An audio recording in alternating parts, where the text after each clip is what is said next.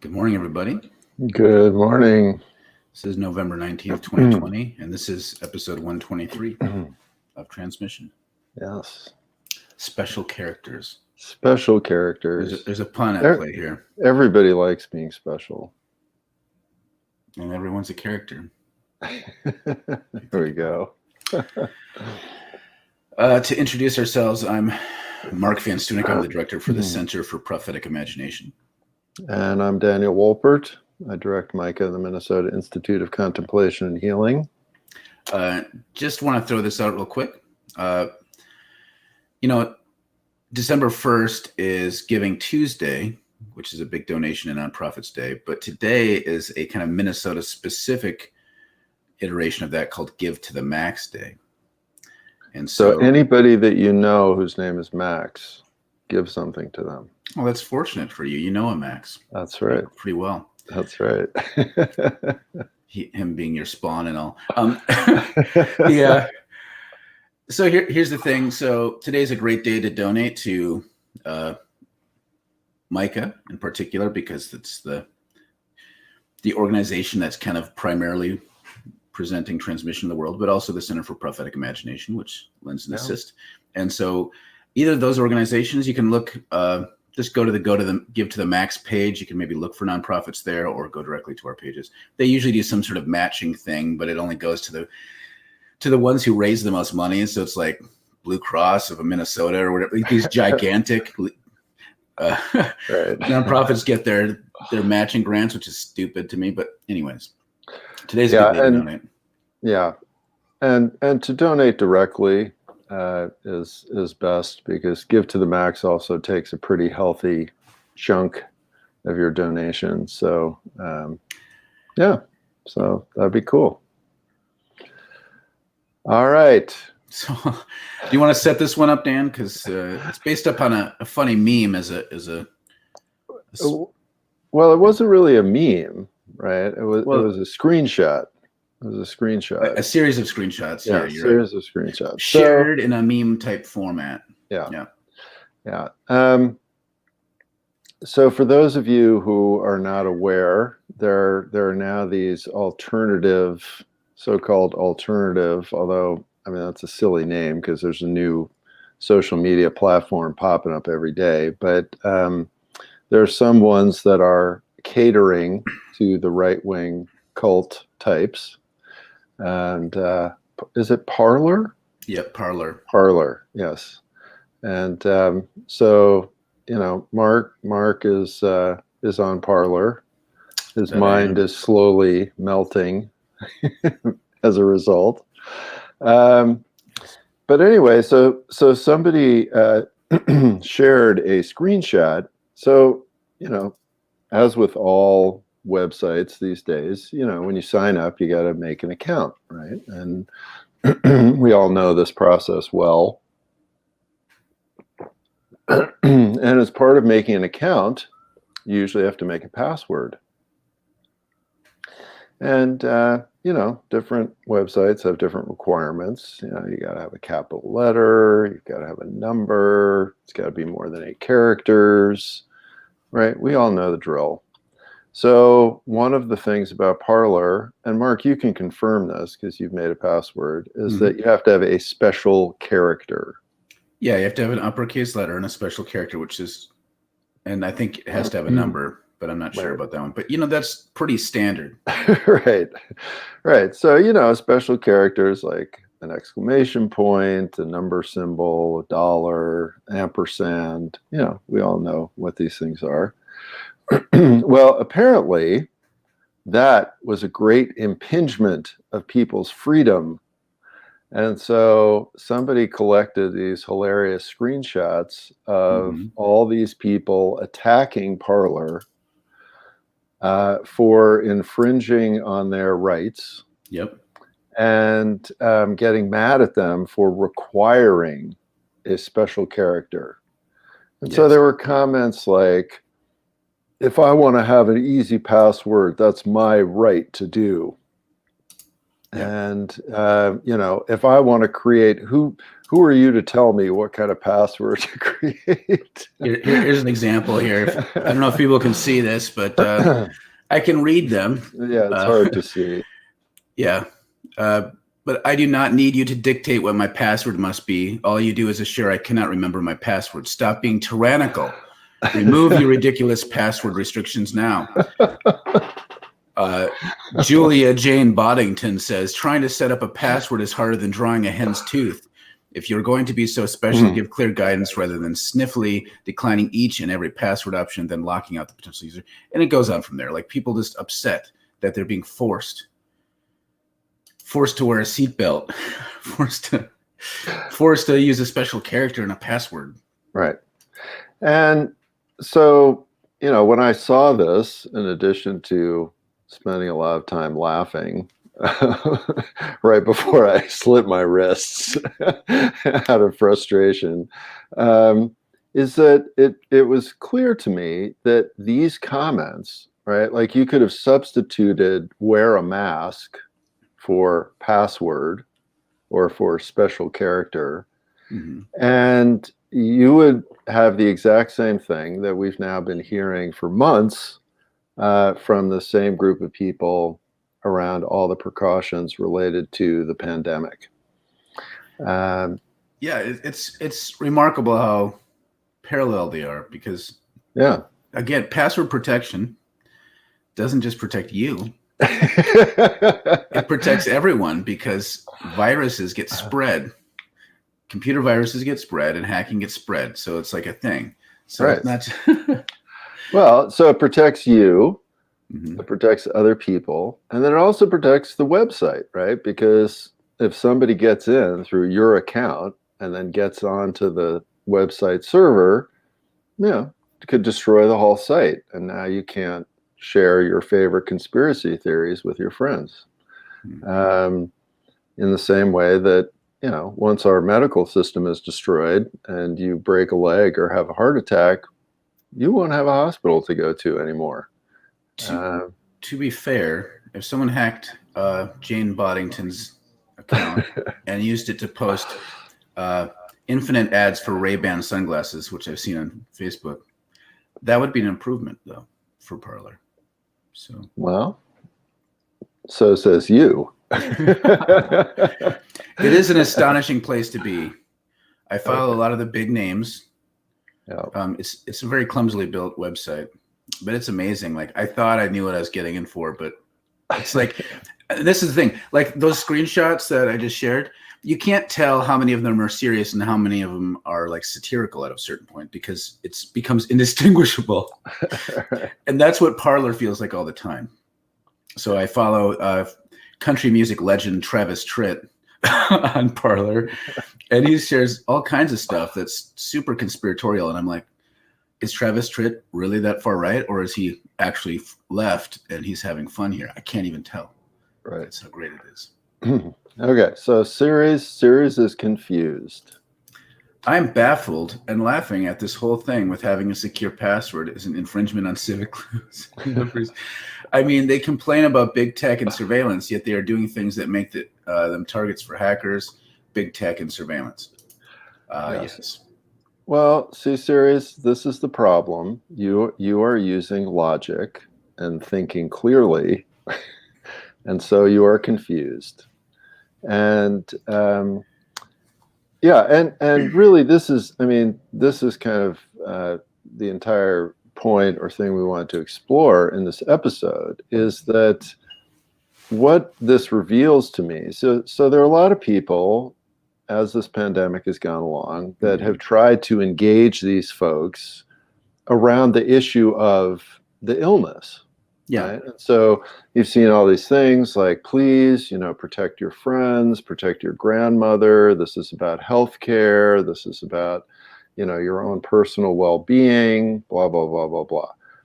But when I saw these posts, what it really solidified in my mind, not that this was the first time I'd thought about this, but it sort of proved the point, is that these objections to mask wearing have nothing to do with the illness, right?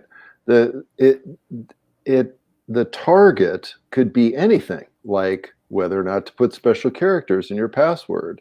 Um, we saw this over seatbelts. We saw this over smoking indoors. We saw this over any sort of like city zoning that Yeah. is safety based. Which, I mean, don't get me wrong, some of the city zoning stuff is is overwrought.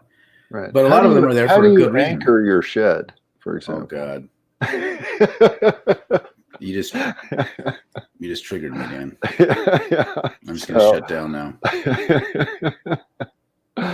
It's an inside sheddy joke. But anyway, so the point is that what this reveals is that there is a significant percentage of America that is stuck in this, from a psychological point of view, a particular kind of pre-adult stage of development where there is this perpetual reaction to anything that has to do with my doing something for the collective, and particularly being required, right, or told to do that, right? So for example, if on my own I come up with the idea, and you hear this from conservatives all the time, right? So like, if my church wants to give money to sick people, or if my church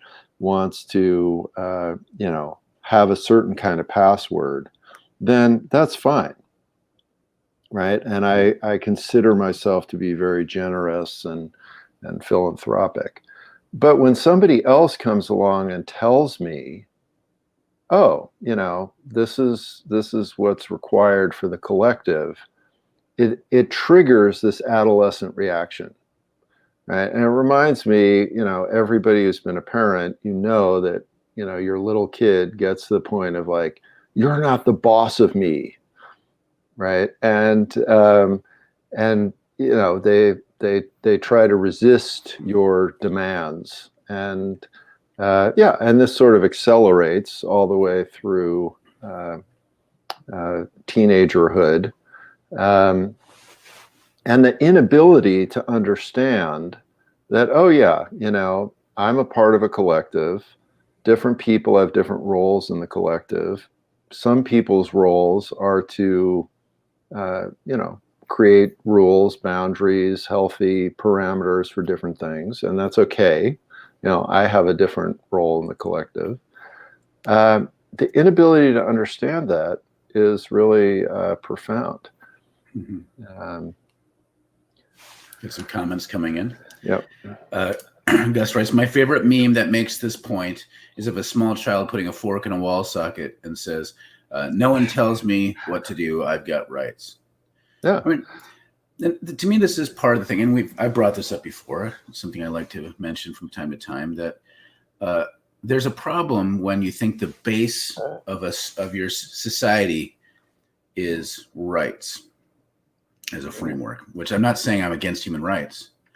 But if this idea of individual human rights is paramount, and it's up to the individual to advocate for their rights, and there's no sort of shared framework for obligations, then if someone's on the street and they're homeless, well, their rights aren't being infringed, but we're failing our obligation to them. That's where it breaks down. And it's bizarre to me because Christianity is filled with all these sorts of social obligations as part of its framework. And so it's maddening to have a conversation with one of these people like, well, my church wants to voluntarily help a homeless person. Mm-hmm.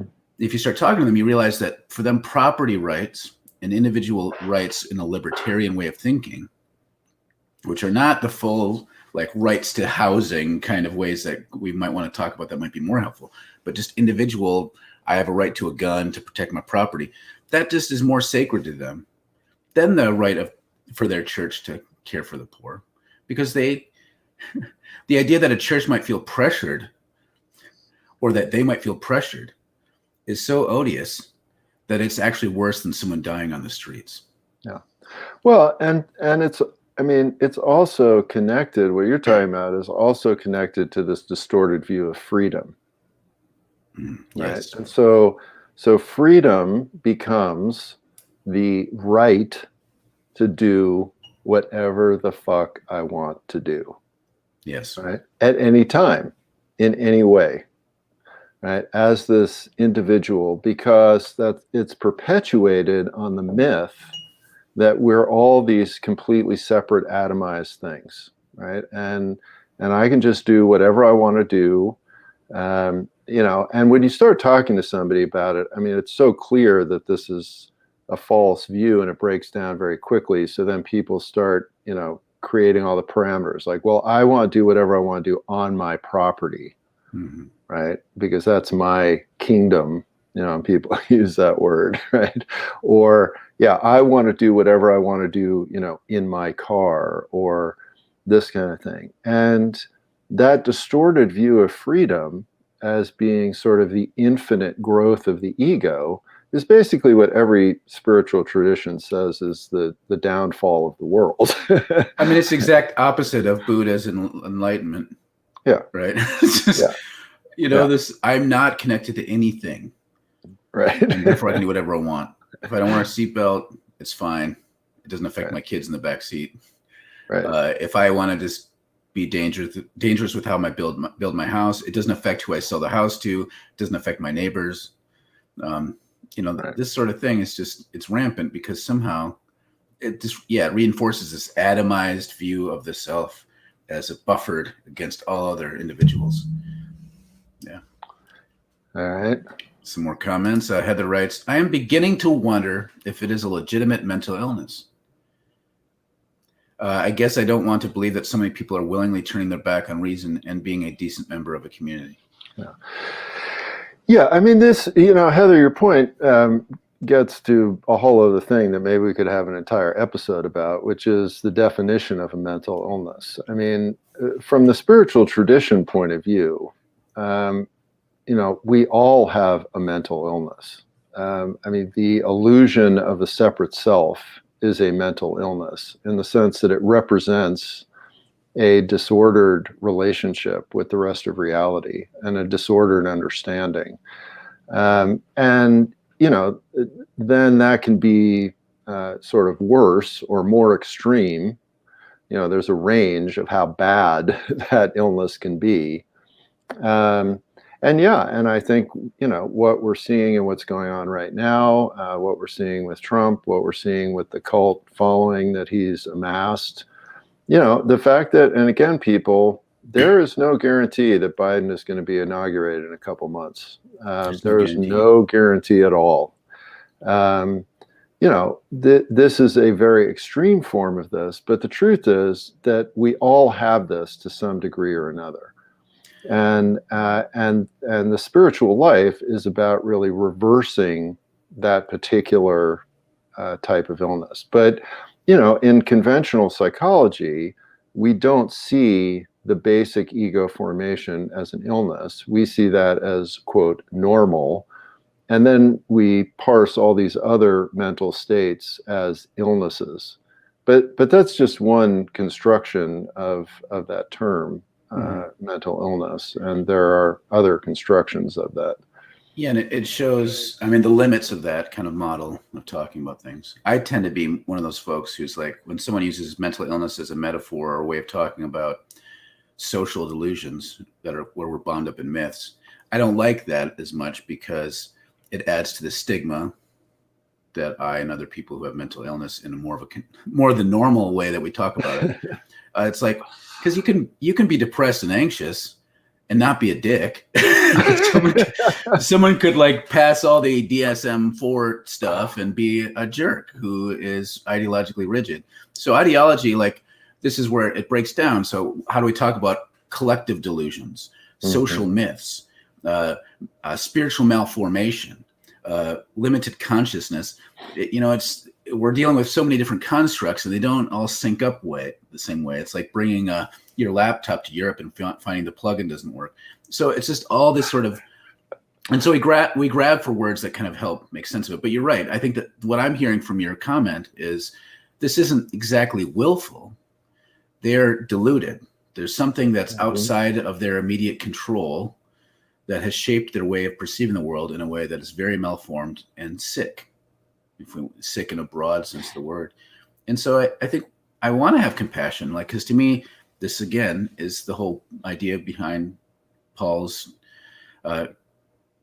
conversation around principalities and powers. Like, they're just a person who's caught up in something. Right. That means doesn't mean they're intrinsically evil, but because of the role they play in the system, they are perpetuating evil. And that gets really dicey to figure out how to extricate someone from that. But then also, how do you relate to Cousin Bill when has genocidal thoughts, but even though it's not, he seems like a nice guy. Like, it's just kind of, yeah. So it's really messy. So thanks for that comment. Catherine writes, I too am often frustrated by password login processes. Yeah, I'm with you. It is hard for me to remember constantly changing passwords and navigate all the different login user interfaces. If they took a different tactic, they could advocate for accommodations for people who find this an accessibility barrier. But I somehow doubt these folks are disability justice advocates. Yeah, so Catherine, that's the most loving, compassionate view of what these folks are talking about. And yeah, I don't think that's what they're talking about. But yeah, no, I mean, passwords and, oh my God, I can't even, yeah. That's a whole different thing. And they try, like, they have different biometrics and different ways of doing it, looking at your face. But then at the end of the day, if it locks up, you have to remember the password. And then you have to set the password sent to your email with 2-step user authentication. You're right. I mean, it's confusing for the most tech savvy and sharp person in the world. But I can't imagine what it's like if you're prone to not remembering, or you have some visual impairment, because I hate the ones where you have to look at the different pictures. And you miss that bicycle hiding behind the tree, or the ones with the letters and numbers, and then they do wavy lines over it. I'm like, is that a C? Is that an E? I can't even tell. Yeah, so I'm with you. Catherine adds, I do wonder how many of these Parler people mad about password requirements also lock their doors at night and have a gun at home to protect their property. They get to protect. They don't want you protecting for them. Exactly. They're not a baby.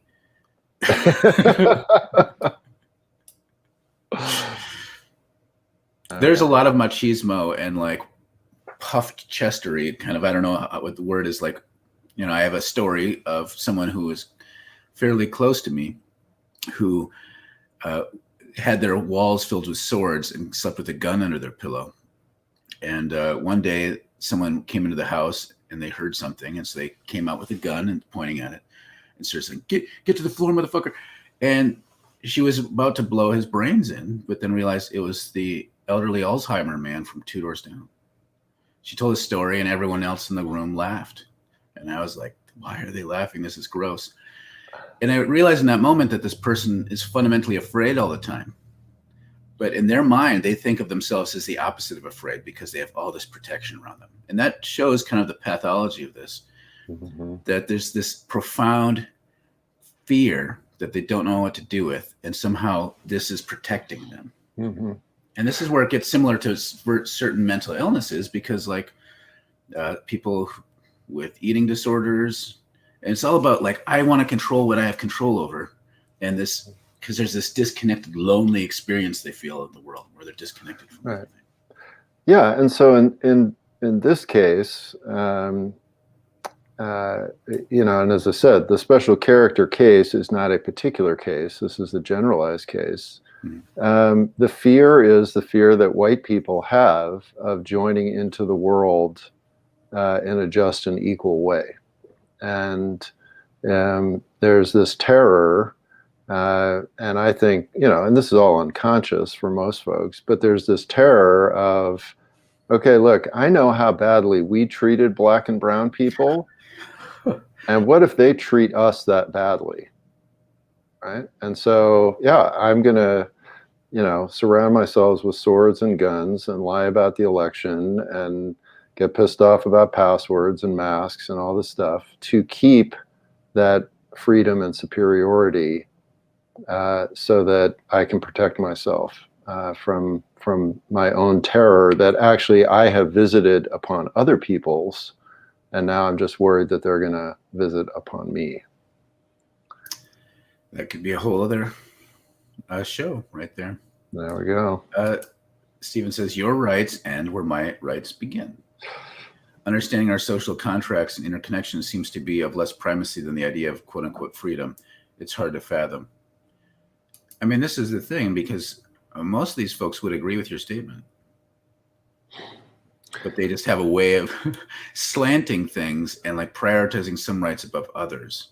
So I don't think they'd agree with this statement, right? They would see social contracts as like social communist evil stuff. Well, the idea of your rights end where my rights begin, they might agree with that statement on its surface. That they might agree with, but freedom is number one. You know, my freedom is number one.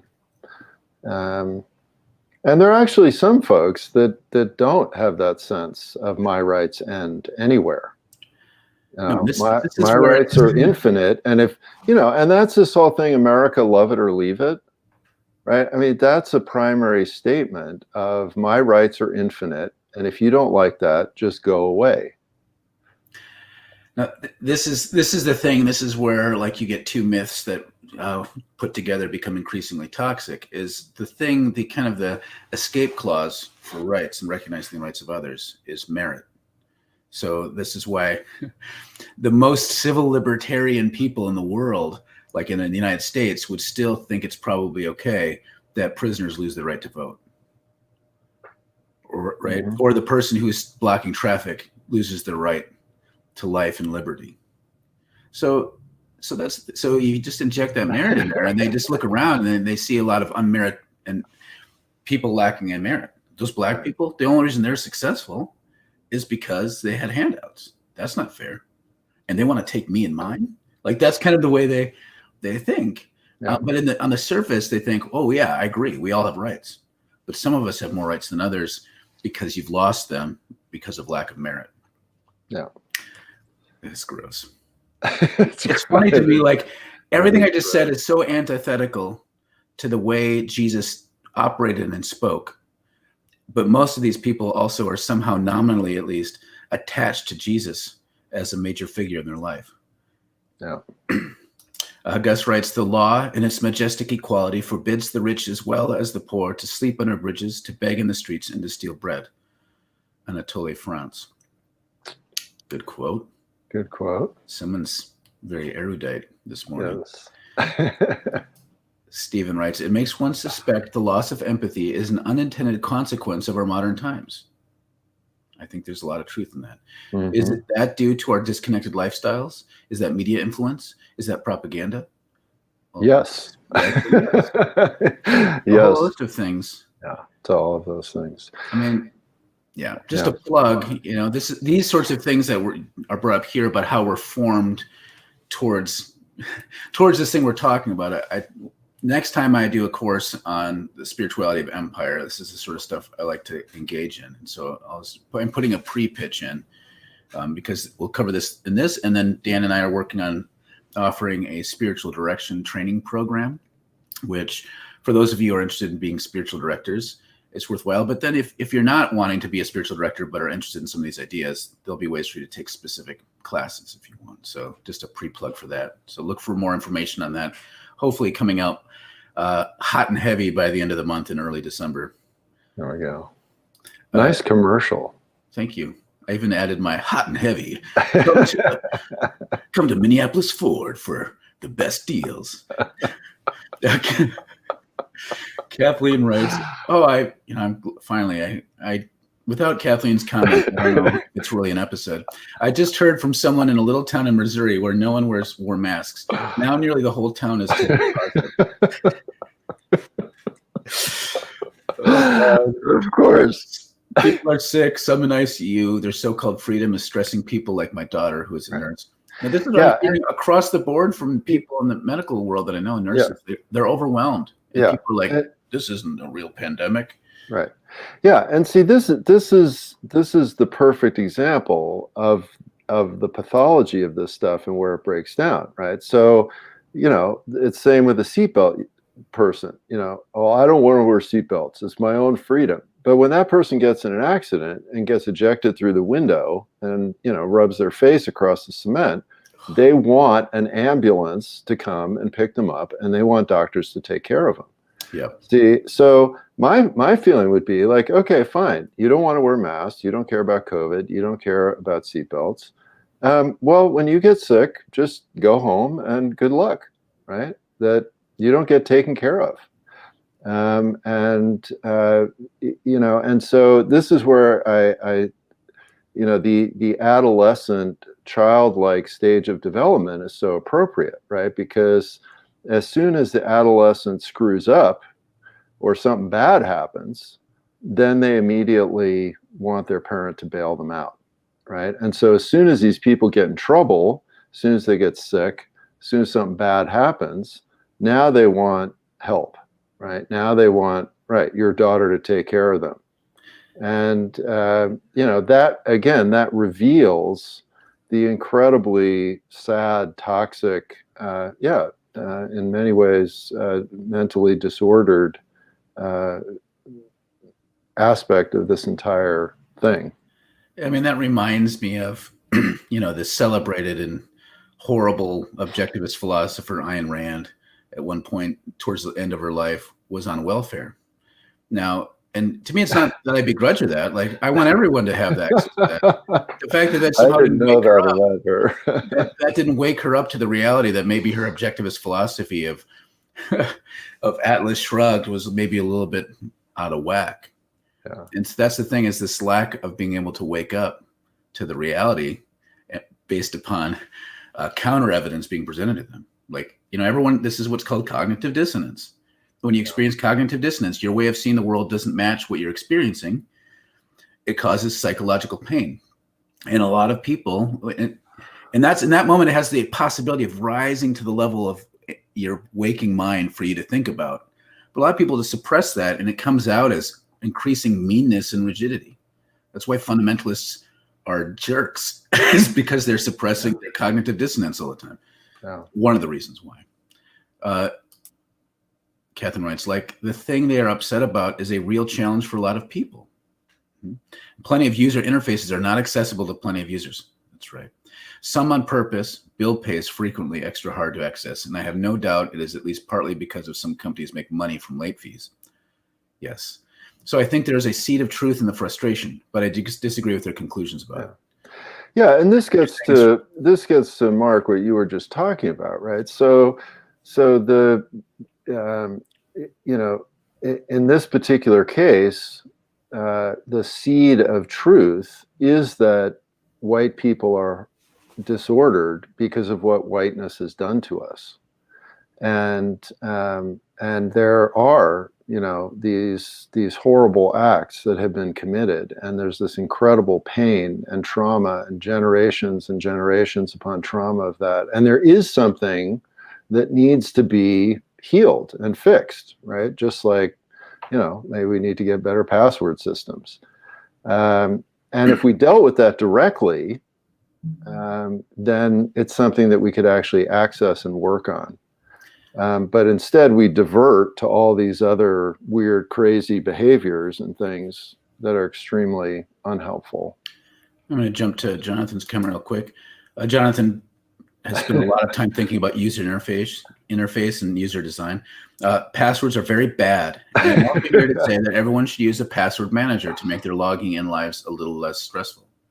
Okay, there you go. To Catherine's point, I agree. Like, if these Parler folks had said, I'm upset using these special characters, it's hard to keep track of, you're making your site inaccessible, I'd be like, yes. They're like, you're infringing upon my freedoms. No. So this is where it's like, they could have, think about where they could have gone with that frustration they're feeling. Like, oh, if it's hard for me, who else is it hard for? What else in life is like that? Now I'm awake to the reality that so much is not accessible to so many people. And how does that challenge my ideas of rights, given that some people can't even exercise their rights? Yeah. Do I have an obligation to them? Man, that would be a beautiful waking up. But that's not what happened with these Parler folks. That's not what happened. CK writes, part of healing is accountability. Yes. Talked about that yesterday or the day before. Yeah. All these people wanting Trump to be pardoned. Forgiveness without accountability. That's such, Stephen writes, that's such a good point about the pathology of fear. There are the people who call those issuing mandates fear mongers, when ironically, their response to those mandates is fear driven. Also, dude on the right is super handsome. Just saying. Thanks for the chat, guys. Ooh, dude on the right is super handsome. Yeah. Well, I don't know which one that is. I'm going to assume it's both of us because it's both of us. I think we'd be whether we're competition. Yeah, whether you're facing the computer or away from it. But thank you. Whatever. We'll take it wherever we can get it. Yeah. Sarah writes, America is such an avoidant culture, attachment-wise. I mean, that's a whole other place we could go with this about attachment. And I think you're right. I think improper attachment on all sorts of levels causes these sorts of weird pathological responses and cruelties. Yeah, there's been a lot of work recently done about attachment disorder and how many people in our culture are suffering from that. Stephen writes, Spirituality of Empire sounds fascinating. Keep us posted. I will. I'll make sure to mention it when we offer that next. Stephen writes, how would you adapt the definition of freedom to include social and ethical responsibility? If you're speaking directly with someone using freedom as the reason for not wearing a mask. Well, first of all, I wouldn't try to talk to that person about it because it probably wouldn't go somewhere. But from the point of view of spiritual life and tradition, freedom is freedom from our ego. Freedom is freedom from all of our attachments, habits, projects. So it's not freedom to do anything I want. It is freedom from myself and my habits, such that I'm now empowered in terms of freedom for others. Now, we need to be very careful with that because people who've been oppressed, marginalized, abused, their habits are those of being oppressed. And so it's not about them becoming more abused or docile. It's actually about them becoming empowered. So there's some tricky twists and turns to this, but basically we are increasingly freed for beloved and sacred community. That's what we're increasingly freed in order to do. It's also one of these ironies, and I could say a lot about this, but we're running low on time, that people who are really big on individual freedoms tend to also be hierarchical. Now, this is one of the reasons where anarchist or other anti-authoritarian left schools of thought come in, and there's like saying, how can you have freedom in any deep and meaningful way if you have established static, meaning they're fixed, hierarchies? And so this is one of these issues. And so conservatives will often say, well, you liberals don't want just equality, you want equality of outcomes, and that's coercion and violence. So it gets really lost in the weeds. But at the end of the day, the starting assumption that I have these things that are given to me by God that I have to express into the world as a force over and against others in some sort of competition is deeply messed up. And if that's your starting point for talking about freedom, you're never going to come to a good conclusion. Libertarianism of that sort always ends in a dead end and ends toward an authoritarianism, which is what libertarians won't admit. And which is what we're seeing happen right now in our country. Right now. It's true. Yeah, I mean, all these people who are talking about things up for alt-right authoritarianism. Yeah, I mean, all these people who are talking about freedom are inspiring a fascist takeover of our government. All right, last comment. Stephen writes, accessibility goes back to the merit conversation. If we viewed everyone as equally deserving of accessibility, so much in our society would change. Amen. That's true. Oh, CK got one in under the wire. The similarities with how they talk about their rights are loosely similar to anarchist. And as an anarchist myself, I find it funny that if they just educated themselves, somehow we would be better off. Yeah, they're so close yet so far. Like, just follow the chain of thought. But then be open to more of a communal way of understanding things. Don't tell me how to follow my chain of thought. You're impinging upon my freedom. All right. Well, with that, We'll see y'all later. Thanks for all the great comments.